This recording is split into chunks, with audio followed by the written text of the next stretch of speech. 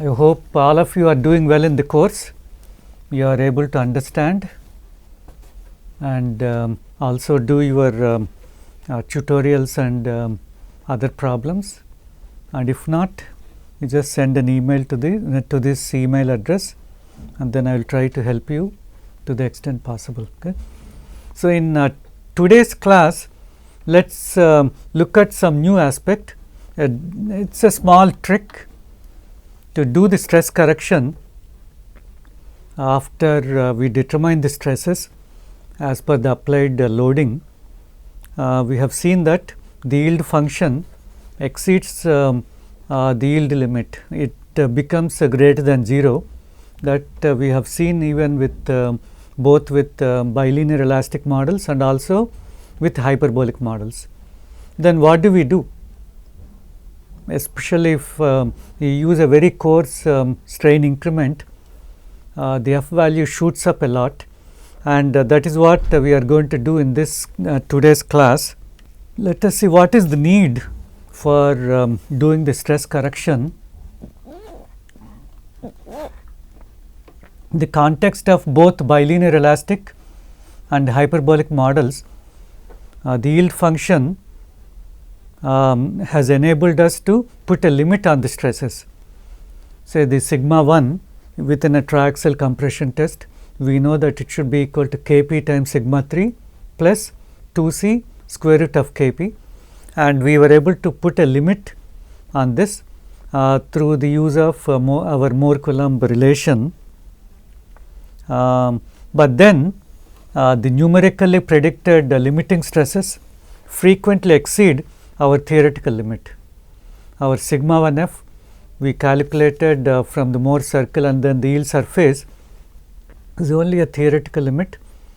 But then when we try to simulate the test through the finite element analysis, we may or may not exactly replicate, and that depends on several constraints like our strain increment and the magnitude of error, that is the difference between the theoretical limit and then the predicted stress limit. It depends very much on the strain increments used in the analysis.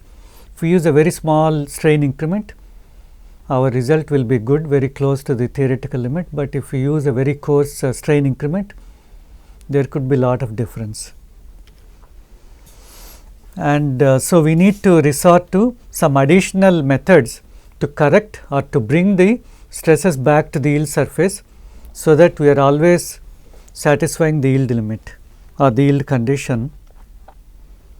And we have seen the Mohr-Coulomb yield surface with the C and phi properties, and then we also know how to draw the Mohr circle.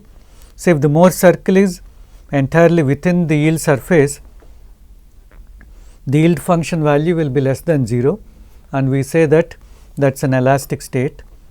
And if it is exactly tangent to the yield surface, the F value will be 0, and the soil is at the limit state. And when F is greater than 0, our Mohr circle is going to intersect the yield surface, and this is not permissible.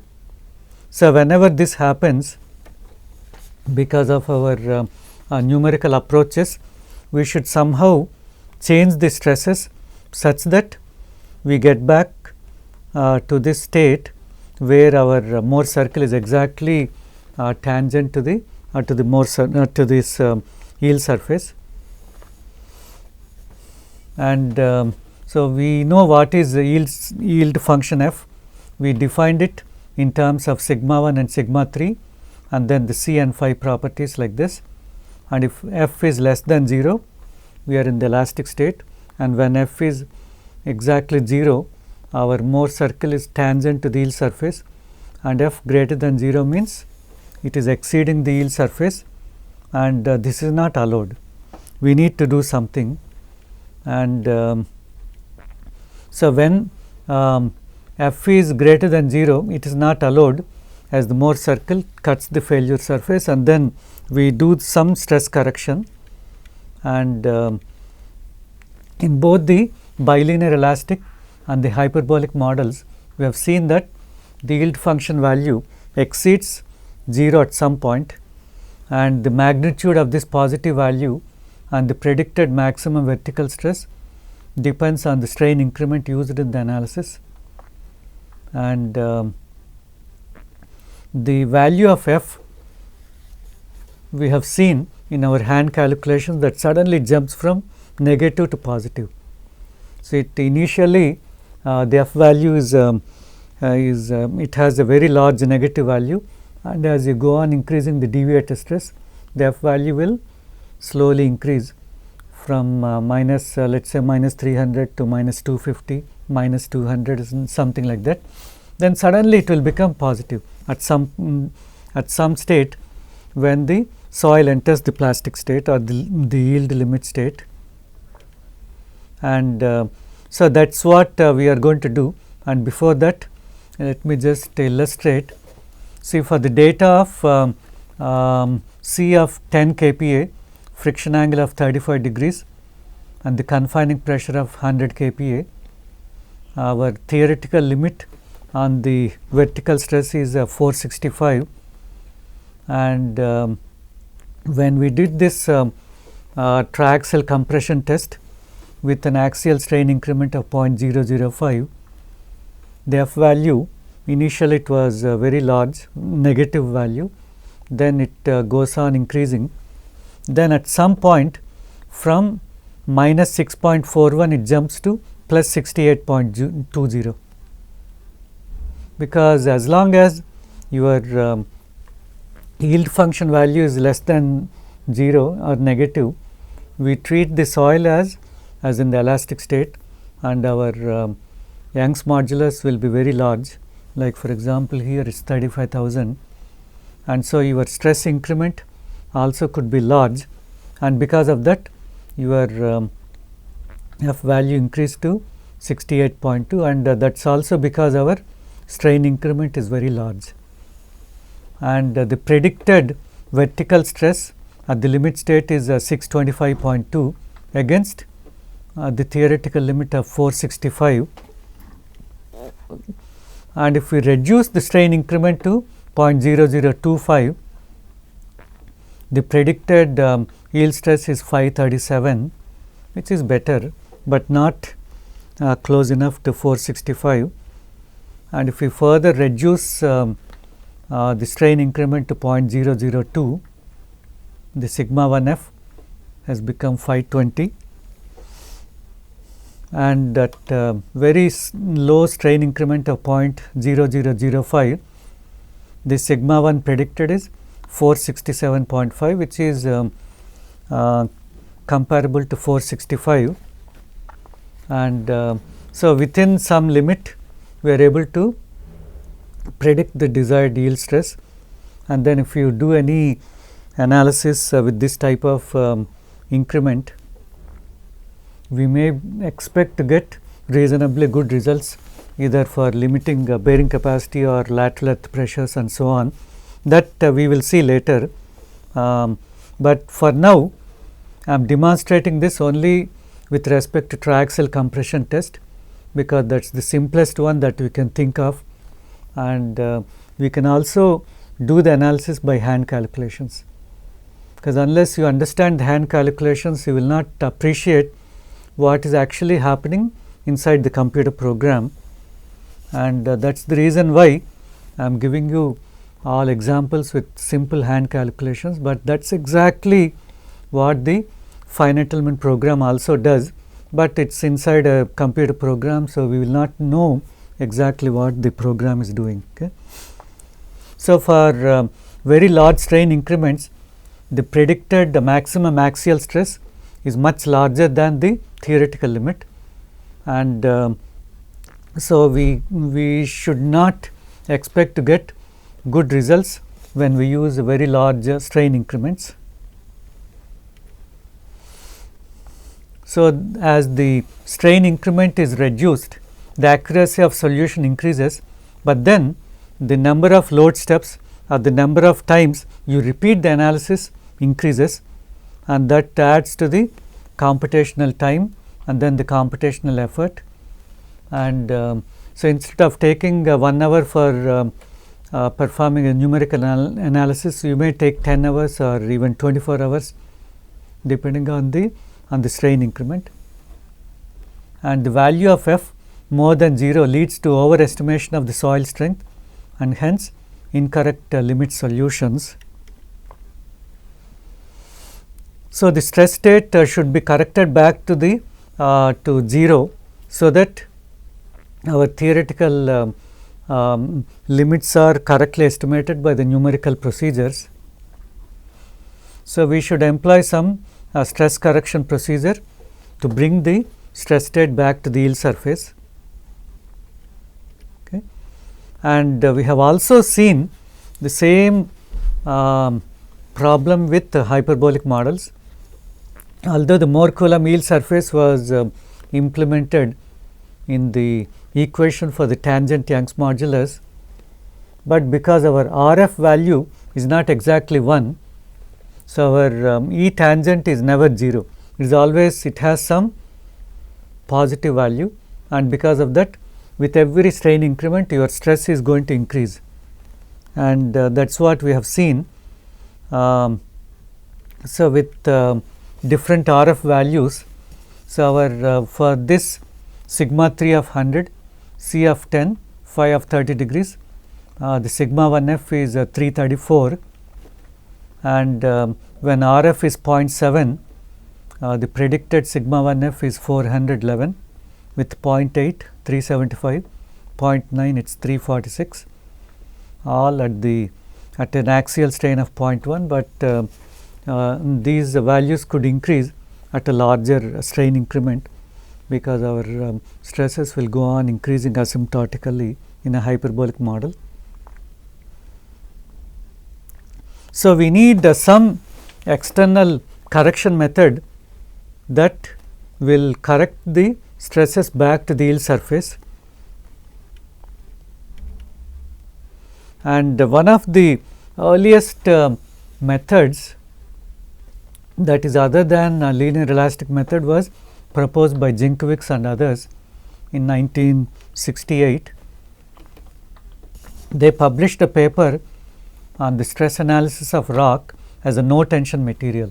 As a no tension material means it cannot carry any tensile stresses. So, you perform the analysis such that all the stresses within the body are compressive, and this is the scan copy of the cover page of the paper. It is one of the earliest papers, and they suggested a method for achieving our stresses within the compression space, and also how to satisfy the equilibrium, because the main problem is when you change any stresses, your equilibrium is not satisfied. So, we have to satisfy both the equilibrium and also the yield surface in all these problems. So, they proposed a very simple method. That is what we are going to see in this class. See, the procedure whatever they developed, it was applied for analysis of a concrete dam subjected to water pressure, and the object was to analyze the structure such that no tensile stresses develop either in the concrete dam or in the foundation soil.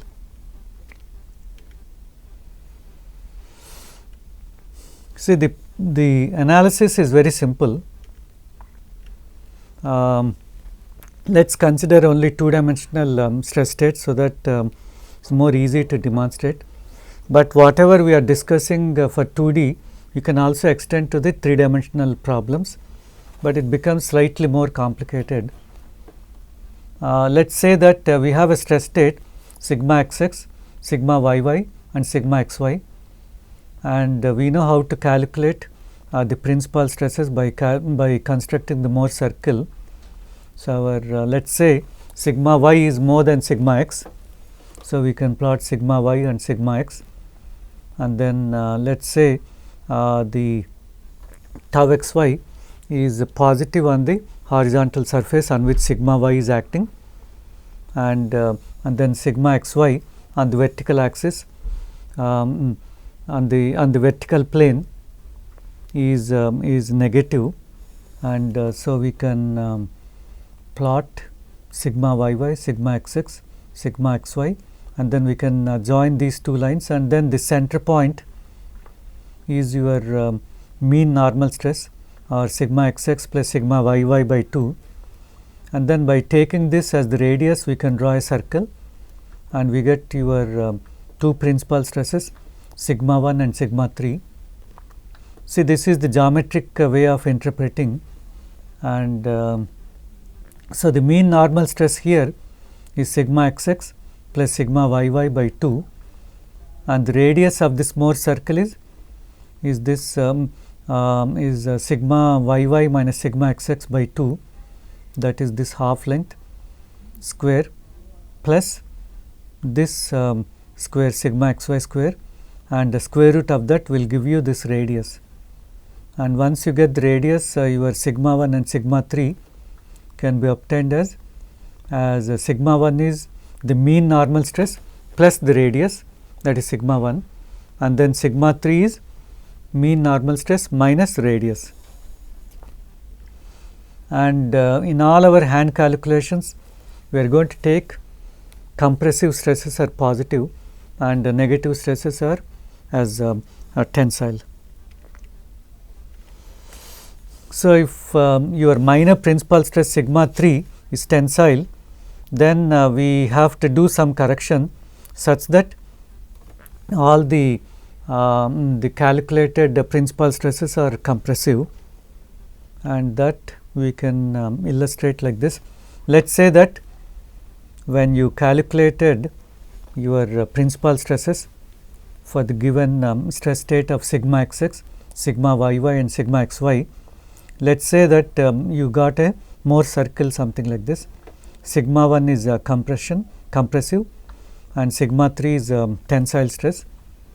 And one way is just simply push the entire Mohr circle to the compression space, and this sigma 3 is the inadmissible tensile stress, because our object is to not have any tensile stresses. All the stresses should be only in compression, and we can do this lateral translation by adding sigma 3 to sigma xx.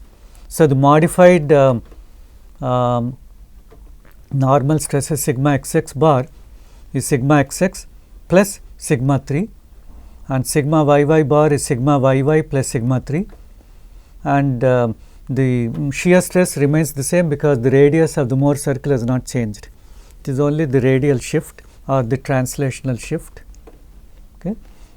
And this is a simple method that will help us in making sure that all the stresses are within the compression space. Let us look at a numerical example. Let us say our sigma x is 50, sigma y is 90, and tau xy is 75. And if we calculate sigma 1 and sigma 3, sigma 1 is 147.62, that is compressive, sigma 3 is minus 7.62, that is tensile. So, we should correct the stresses such that we do not end up with any tensile stresses.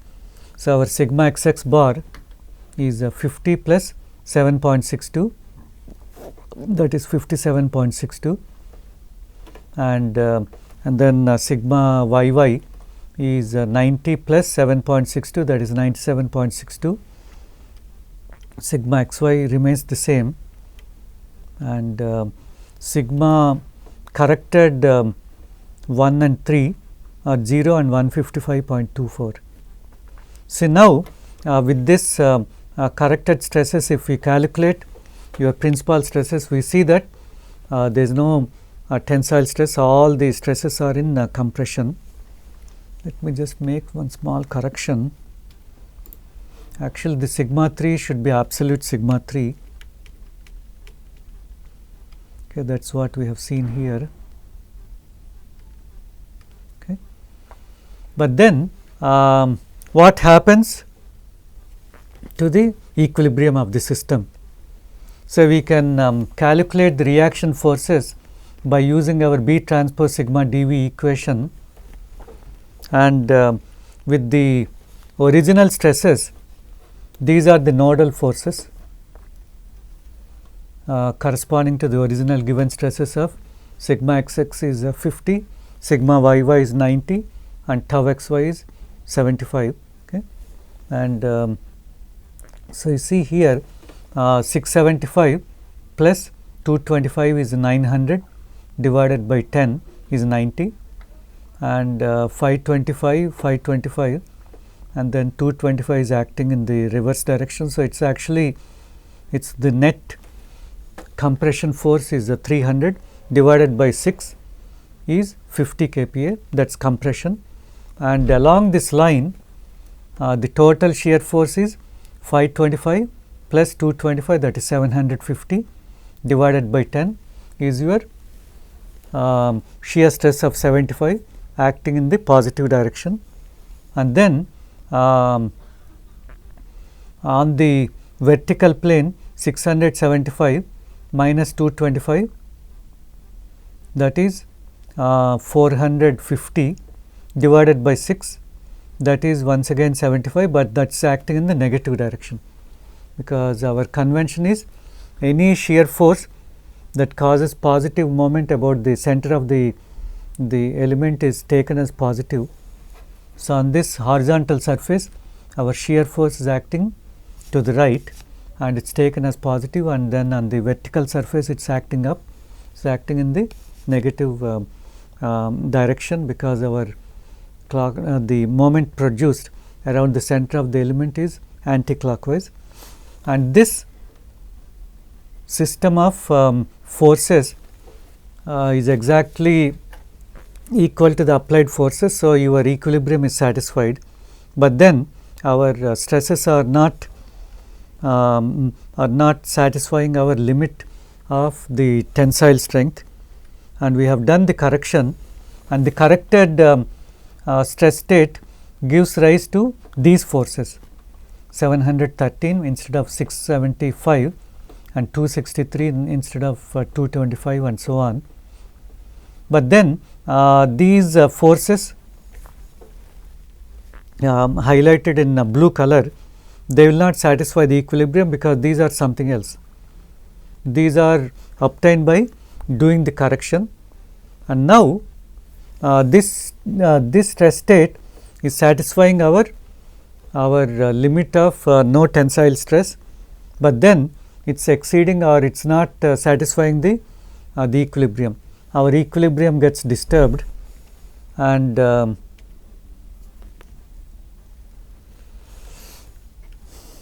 then we need to find another procedure to satisfy both the equilibrium and also the yield stress, or our requirement of no tensile stresses. So, what Zinkiewicz and others have done is they suggested that you can calculate the reaction force as the dP as integral B transpose d sigma, that is d sigma is our 7.62 is our d sigma, and then corresponding to that you can calculate your reaction force and then apply it. And then later on Zinkiewicz and others, in some other context that we are going to see later, they proposed a more comprehensive equation, that instead of writing the right hand side force vector as delta p, we can write it as the difference between the applied forces minus the reaction force, the applied force and the reaction force, and if both of them are exactly the same, your equilibrium is satisfied. If not, the equilibrium has to be satisfied by distributing your stresses to some other part of the body. And what they have done is they in the original paper by Zinkiewicz and others that was published in 1968, the equation is not written like this. It is written as delta sigma, B transpose delta sigma as dP, and so we can calculate corresponding to that outer balance stresses, we calculate the reaction force as B transpose delta sigma, and then apply this on the system to get some new displacement increment delta u. Then we get the new strain increment delta epsilon, and then delta sigma can be obtained as d times delta epsilon, and then the total stress sigma I is sigma I minus 1 plus delta sigma I. Actually, I is the current step and I minus 1 is the previous step, and as you are iterating or as you are applying the loads, the current step is I and the previous step is I minus 1. So, we update our stress vector sigma I as sigma I minus 1 plus delta sigma I, and ui, that is the total displacement is u I minus 1 plus delta ui, and then epsilon I is epsilon I minus 1 plus delta epsilon I. Okay.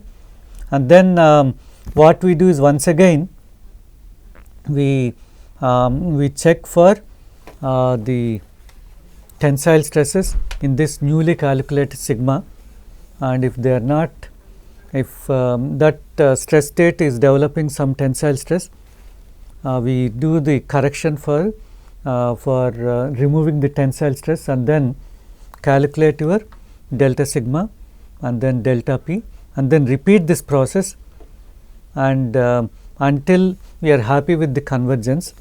And the convergence is monitored in two ways, in terms of the norm of the outer balance forces, that is the sum total of the squares of all the outer balance forces divided by the sum total of the square of the applied forces multiplied by 100%, or we can also monitor in terms of the incremental displacements, the norm of the displacement psi 2 as delta u square, sigma of delta u square by sigma of ui square. Okay. And if you repeat or if you reanalyze the problem several times, at some point we are bound to satisfy both equilibrium and also the yield state, and here in this case it is no tension, and typically the psi 1 and psi 2 can be set to some 0.1 or 0.5%. Sometimes we may not be able to achieve a good equilibrium even with a very large number of iterations. In that case, we could increase this to maybe 1% or 2% or even 5% sometimes, just to complete the analysis and get some results, because we would like to see the mechanism of failure and then what is the approximate failure load. And the above procedure, we can also modify it to include some tensile strength. Let us say if your body has some tensile strength of sigma t, we can laterally shift the Mohr circle by a magnitude of sigma 3 minus sigma t like this, and write sigma xx bar and sigma yy bar like this. And this is another thing, like you can set your sigma t to 0 or some value. And here is the problem that Jenkiewicz and others have considered. We have a dam, and the entire thing was modeled using 3-node triangles.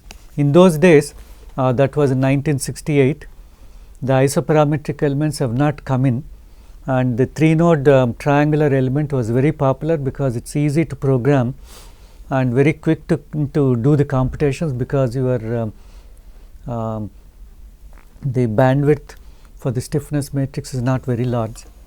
So, this is the dam, and then there is some hydrostatic pressure indicated by this red line, and the first analysis that we are seeing is with the linear elastic properties, the maximum displacement that is shown by the largest vector.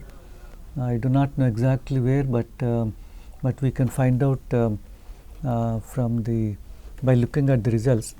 The maximum displacement is 2.28 times 10 to the power of minus 2, and in all the finite element analysis the program does not know the units. So, we should use some consistent units. So, if we define the length in meters, your displacements also will be in meters, and then your modulus should be in let us say kilonewtons per meter square or newtons per meter square, and then your unit weight also should be in the same units as your modulus, okay, and everything should be consistent. And the program as such, it does not know the units, it will only give you the value. And here, because we are using linear elastic properties, and the out of balance forces are very, very small, 10 to the power of minus 25, because at every stage we are exactly satisfying the equilibrium. Whatever stresses are applied on the body, the material is able to take, and so it will produce equal and opposite reaction force. So, our the norm of the out of balance force is 10 to the power of minus 25, and even the norm of incremental displacements is very, very small, because the equilibrium is satisfied. But then if we look at the stresses, what you are looking at are the principal stress vectors, the direction, and then the magnitude. The magnitude is drawn to some scale. The blue line are compression, and the red line are tensile stresses, and the blue line of this length represents a stress of 5.197 times 10 to the power of 4, and a red line of this length represents a tensile stress of 1.097 times 10 to the power of 4. And you see lot of tensile stresses are developed here along this line, and then somewhere inside the soil, and then within the dam body some tensile stresses are developed, and we like to perform the no tension analysis so that we can get rid of the tensile stresses. And here the same dam was analyzed by using a no tension model, and now our displacement is slightly increased. Now it is 3.23 times 10 to the power minus 2, and with the linear elastic model, these were the displacements. And if you look at the norm of out of balance forces, it is 0.002, that is 0.2%. So, actually it is good. It is able to achieve the convergence after about 10 iterations at every step. And then if you look at the stresses, there are no compression stresses. The maximum compression stress is 10 to the power of minus 4, which is negligible, and our maximum compression stress is 5.843 times 10 to the power of 4. And when we had the linear elastic model where we allowed some tensile stresses, the maximum compression stress was only 5.197 times 10 to the power of 4. But now here you see, because of redistribution of stresses, there is a higher stress, and the higher stress is happening somewhere here. And you see here all the stresses have become very small. If you look at the stress vectors, so previously when we had the linear elastic material, all these were red colored lines indicating tensile stress. But now there are no red color lines, because the most of the tensile stresses are dissipated, and we end up with only compression stresses.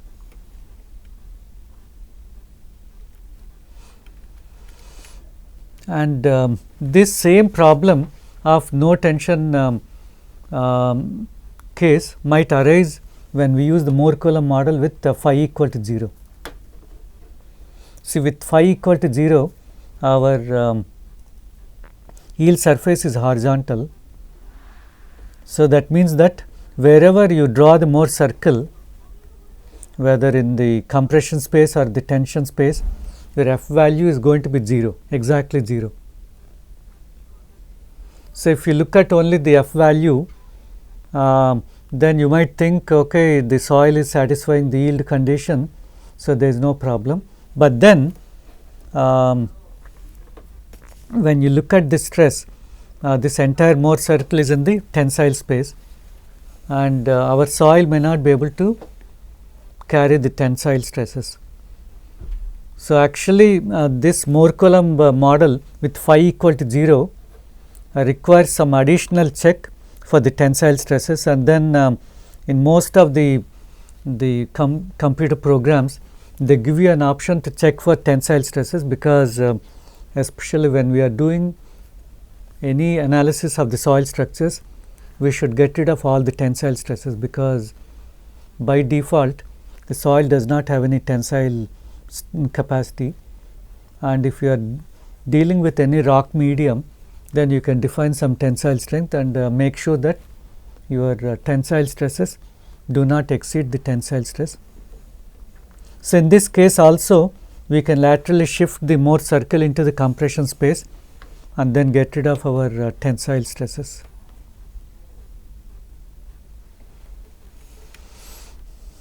So, similar to what was done with the no tension model, we can think of some procedures for correcting the stresses, and there are different methods. The simplest one is the constant mean normal stress, or the constant minor principal stress, or constant major principal stress, or along the normal to the yield surface. So, actually we are going to see only one method, that is the constant mean normal stress in this class. Then the fourth one, along the normal to the yield surface, is anyway that we are going to do when we deal with plasticity analysis of the soils. We are going to correct the stresses normal to the yield surface, and that will give us the dilation also. So, the constant mean normal stress method is very simple.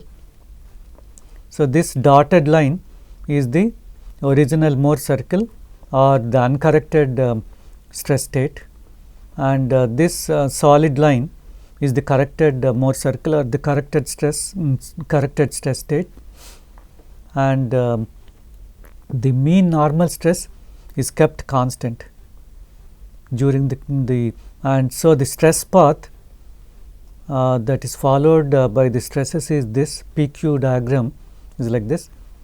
So, here we are only changing Q but not the P, such that our Moore circle is exactly tangent to the yield surface, and the mean normal stress is sigma 1 plus sigma 3 by 2 or sigma xx plus sigma yy by 2, and that remains constant in this method.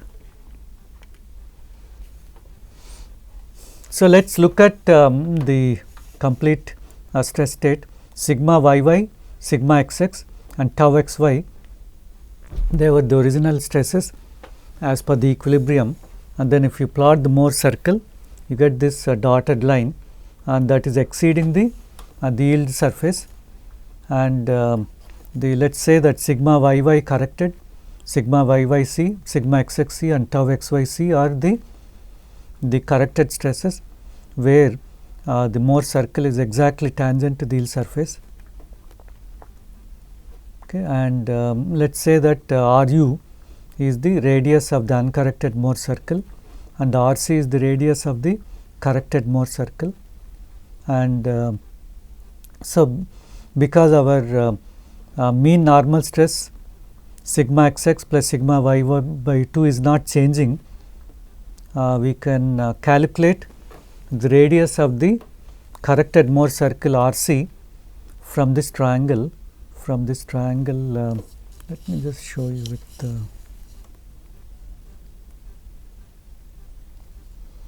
So if you look at sorry.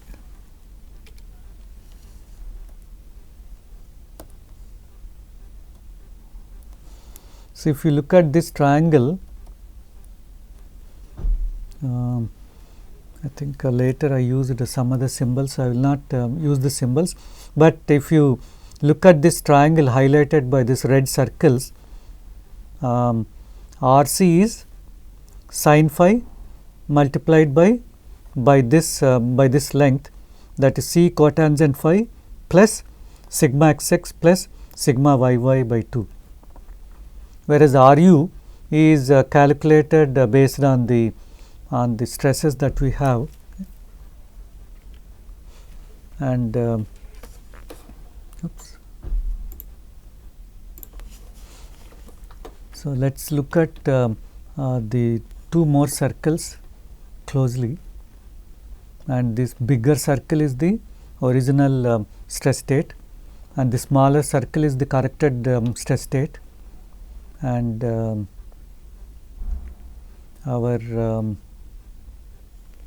so if you look at these two triangles OAB and ODE, we see that they are similar triangles because they have the same angle theta, and so the sin theta or tan theta we can calculate, and then get some equations for tau xy, and then corrected, and sigma yy corrected, sigma xx corrected, like this.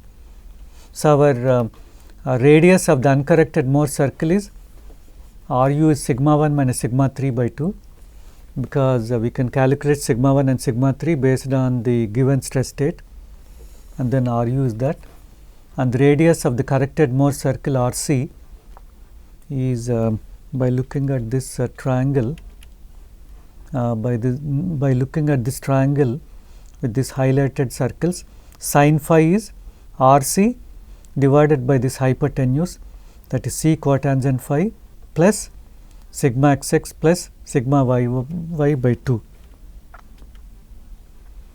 So our RC is we can calculate like this, and the RC, once you know the shear strength properties and then the mean normal stress, we can calculate RC. Then if you look at these two similar triangles OAB and ODE, sin theta is AB by RC or DE by RU, right? And the OA is RC and OD is RU, and so our corrected shear stress tau xyc is RC by RU times tau xy. RC is the radius of the corrected Mohr circle, and RU is the radius of the uncorrected Mohr circle, and tau xy is your shear stress. And then if you look at this cosine theta, it is OB by OA and OE by OD, and OA is RC and OD is RU, and OB we can okay, just let me, and OB is the sigma yy corrected minus the mean normal stress. See, this OB is sigma yy corrected minus this length, okay, and that is OB, and OE is sigma yy minus this mean normal stress, and then the corresponding radius values RC and RU, and sigma yy corrected is this, like once you simplify the previous equation you get this, and the delta sigma is sigma yy minus sigma xx corrected is this, and sigma xx corrected is sigma xx plus delta sigma, and sigma yy corrected is sigma yy minus delta sigma. So actually this is this calculation assume that sigma yy is greater than sigma xx, but it is a generic process, and this method works even with k naught greater than 1. If k naught is greater than 1, your sigma x may be more than sigma y, and the signs will reverse, and one of the stress components will decrease and the other will increase, so that your yield stress is exactly satisfied. Okay. So, let us look at an example.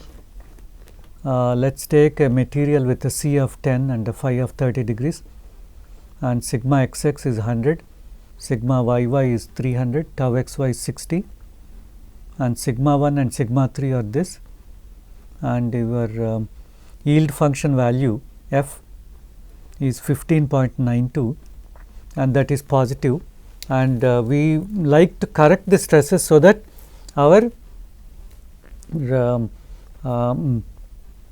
the yield function value is exactly 0. Okay.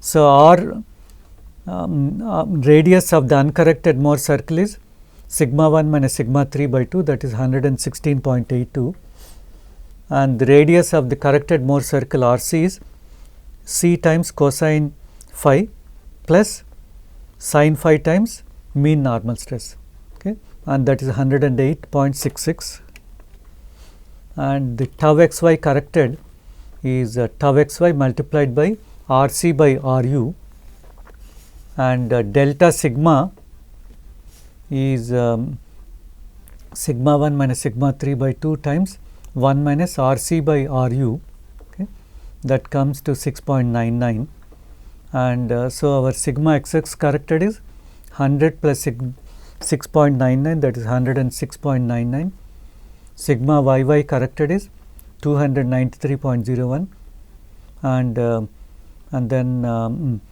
tau xy is 55.81, and if you calculate sigma 1 for this corrected stress state, sigma 1c is 308.47, sigma 3 for the corrected stress state is 91.53. So, if you substitute them back in the yield function equation, it comes to almost 0. So, within the round off errors, like because I am showing only 2 decimal places, so this value will not be exactly 0, but it's close enough to 0, but definitely not like the previous value of 15.92. Okay. So, this is one method for correcting the stresses, and the only problem is with this corrected stresses we will not be able to satisfy the equilibrium. We have to do something to satisfy the equilibrium by repeatedly doing the analysis. So, we employ some iterative procedures similar to those that we discussed some classes back when we discussed the nonlinear analysis methods, either in terms of the initial stress method, tangent stiffness, or secant stiffness method. And in all these problems, if we are able to update the stiffness matrix, you get a faster convergence, and if you do not update, you may need a more number of iterations. So, in the initial stress method, we are not going to update the stiffness matrix, and then we repeatedly apply the out of balance forces and then calculate the new stress state and so on.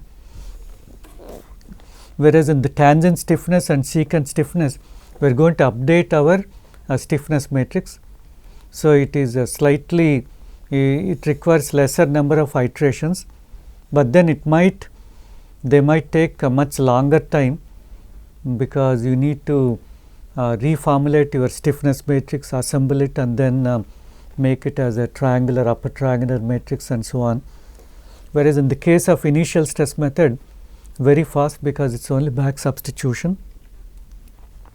So, here I am showing you 2 results using the bilinear elastic model for C of 50 and a phi of 34.7, and then at 2 different confining pressures of 345 and 690. These are the sigma 1 maximum 1101.7 and 2012.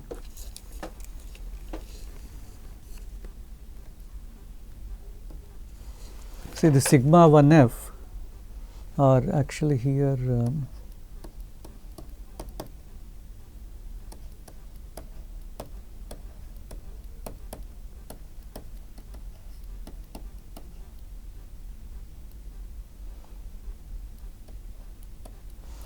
so our let me see.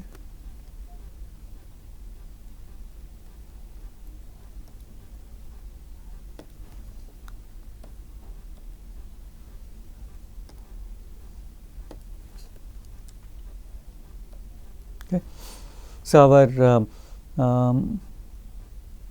sigma 1 maximum is Kp sigma 3 plus 2c square root Kp, and what is plotted on the y axis is deviated stress sigma 1 minus sigma 3, and this 1101.7 is 3.69 times 345 plus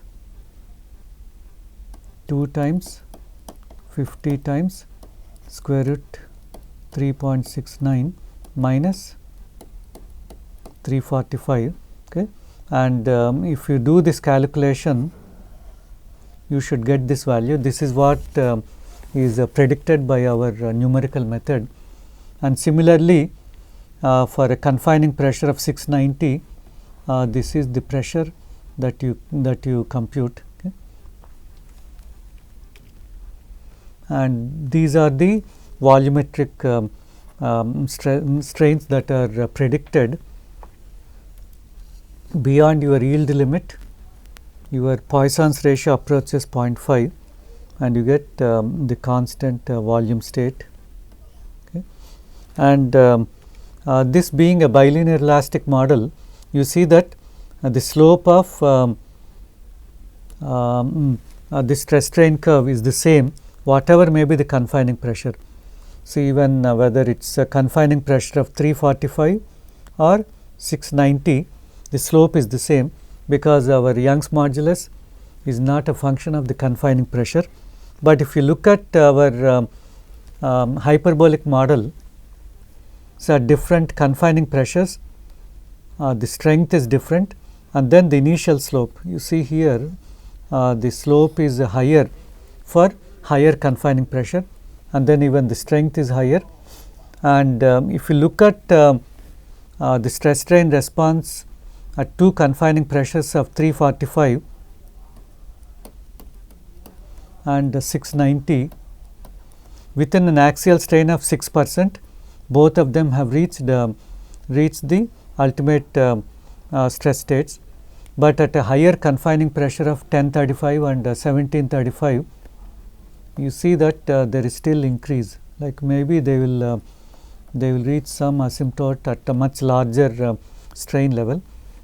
And so that is the difference between hyperbolic model and then other models like our bilinear elastic model. Hyperbolic model is representing the influence of the confining pressure on the modulus, and also the influence of the shear strength properties C and phi on the ultimate stress.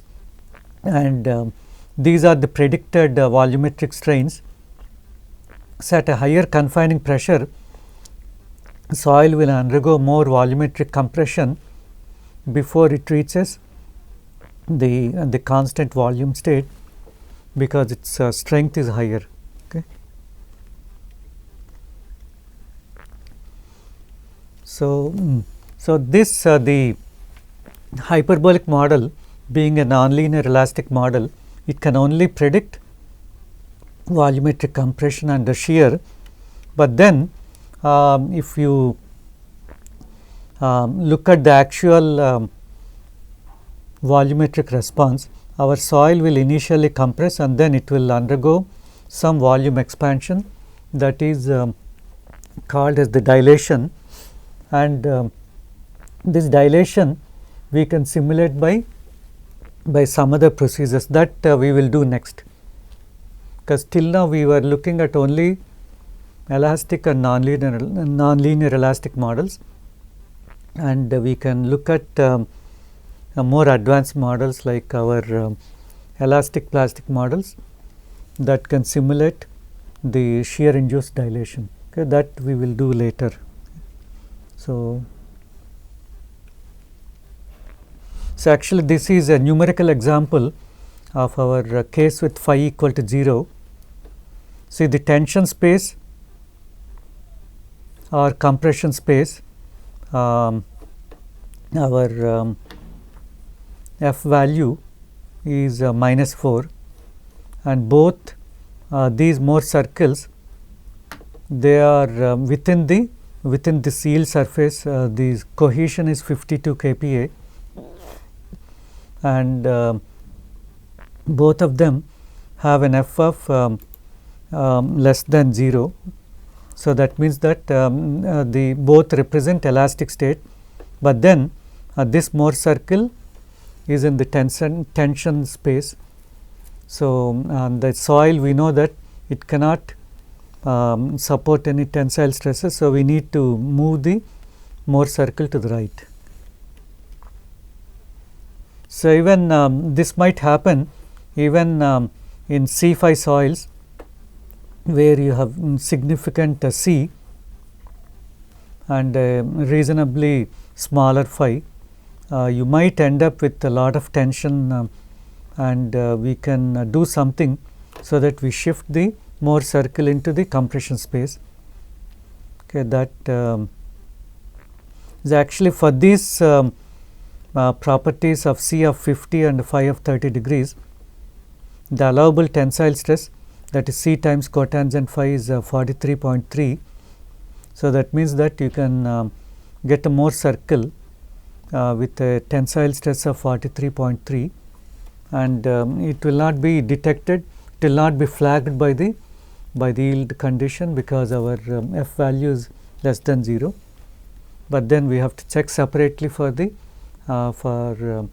whether you have very large tensile stress within the material. Okay, that if that is so, we need to do some correction. Okay. And there are other methods.